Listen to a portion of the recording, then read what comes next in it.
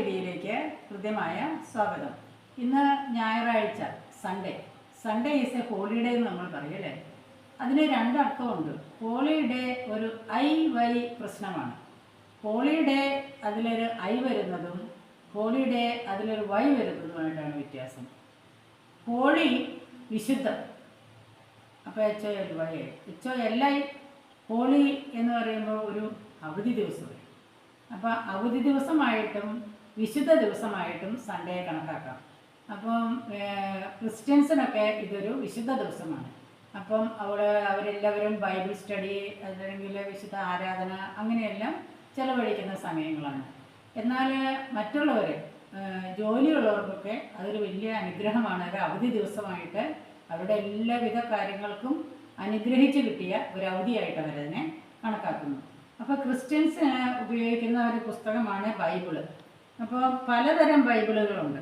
ഇത് Bible society of India അടിച്ചിറക്കിയ Bible. ഇതിനകത്ത് പഴയ നിയമവും പുതിയ നിയമവും മാത്രമേ ഉള്ളൂ. പഴയ നിയമം എന്ന് പറഞ്ഞാൽ അത് ക്രിസ്തുവിന് മുമ്പുള്ളതും പുതിയ നിയമം ക്രിസ്തുവിനോട് ചേർന്ന് ഉള്ള ചരിത്രങ്ങളുമാണ്. എന്നാൽ ഇത് POC ബൈബിളാണ്. ഇതിനകത്ത് വേറെ കുറച്ച് ബുക്കുകൾ കൂടി അധികമുണ്ട്. അതുപോലെ തന്നെ ഇത് വിശുദ്ധ ഗ്രന്ഥമാണ്. വിശുദ്ധ ഗ്രന്ഥമാണ് ഇപ്പോൾ ജേക്കബൈറ്റ് സിറിയൻകാർ യൂസ് ചെയ്യുന്നത്. ഇത് കണിയാമ്പറമ്പിലച്ചൻ എപ്പിസ്കോപ്പ എഴുതിയ പുസ്തകമാണ്. ഇതിനകത്തും അതുപോലെ POC ബൈബിളിലും ഒരേപോലുള്ള കുറേ പുതിയ പുസ്തകങ്ങളുണ്ട്. എന്നാൽ നമുക്ക് ഒരു മാസത്തേക്ക് കൃത്യമായിട്ട് വായിക്കാൻ 31 ചാപ്റ്ററുള്ള ഒരു പുസ്തകമുണ്ട്. ആ പുസ്തകം ഇത് സുഭാഷിതങ്ങൾ എന്നാണ് ഈ POC ബൈബിളിന് ആ പുസ്തകത്തിൻ്റെ പേര്, സുഭാഷിതങ്ങൾ. എന്നാൽ ഈ രണ്ട് ബുക്കിലും അത് സദൃശവാക്യങ്ങളാണ് ഈ രണ്ട് ബൈബിളിലും. ഈ സദൃശവാക്യങ്ങൾ എഴുതിയത് ജ്ഞാനികളിൽ ജ്ഞാനിയായ ശലോമോനാണ്.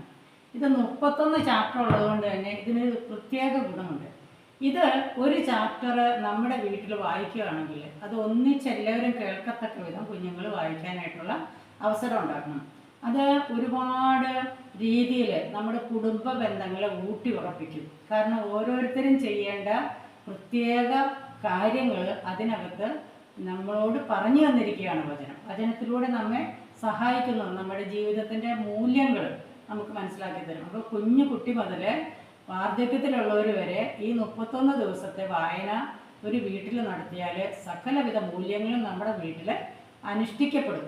അതുകൊണ്ട് തന്നെ ഞാൻ ഇപ്പോൾ വടവത്തൂർ മാർ എഫ്രേം പള്ളിയുടെ ജേക്കബൈറ്റ് സിറിയൻ ചർച്ചിൻ്റെ സെക്രട്ടറി ആയിട്ട്, അതായത് വനിതകൾക്ക് ഒരു 1/3 പ്രാതിനിധ്യം കൊടുത്തതോടുകൂടി കമ്മിറ്റിയിലൊക്കെ വനിതകൾ, അതുപോലെ തന്നെ പൊതുയോഗത്തിലൊക്കെ വനിതകൾ, അങ്ങനെ സ്ത്രീകളിൽ ആദ്യത്തെ ഒരു വനിതാ സെക്രട്ടറി ആയിട്ട് ഞാൻ തിരഞ്ഞെടുക്കപ്പെട്ടു. അപ്പോൾ ഈ 2025-26 കാലഘട്ടത്തിൽ പള്ളിയിലുള്ള എല്ലാ മീറ്റിങ്ങുകളും നമ്മൾ സംബന്ധിക്കുന്നു. അപ്പോൾ കുഞ്ഞു കുട്ടികളോട് ഞാനൊരു ഉപദേശം കൊടുത്തിരുന്നു. സൺഡേ സ്കൂളിലെ കുട്ടികളോട് ഈ 31 ചാപ്റ്ററുള്ള ഈ പുസ്തകം നിങ്ങൾ ദിവസവും ഓരോ ചാപ്റ്റർ വായിക്കണം എന്ന്. ഞാൻ അങ്ങനെ ഒരു കാര്യം പറഞ്ഞെങ്കിലും വളരെ ചുരുക്കം പേര് കേൾക്കുകയും വളരെ ചുരുക്കം പേര് അത് അനുസരിക്കുകയും ചെയ്യും. അനുസരണം വലിയേക്കാൾ നല്ലതാണല്ലോ. അപ്പോൾ ഇന്ന് ഞങ്ങളുടെ സൺഡേ സ്കൂളിൻ്റെ വാർഷികമായിരുന്നു. അപ്പോൾ ഈ വാർഷികത്തിൽ ഞാനും സന്നിഹിതയായിരുന്നു. അപ്പോൾ ഞാൻ ഒരു ചെറിയ സമ്മാനപ്പൊതിയൊക്കെ ആയിട്ടാണ് പോയത്.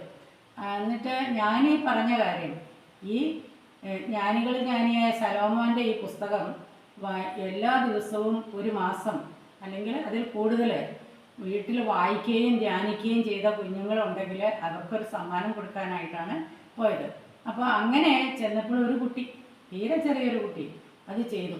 അപ്പോൾ ഞാൻ ആ കുഞ്ഞിനെ ഒന്ന് അനുമോദിച്ചു. എത്ര വലിയ കാര്യം ആ കുഞ്ഞ് ശ്രദ്ധിച്ചു, അതുപോലെ ചെയ്തു എന്നുള്ളത്.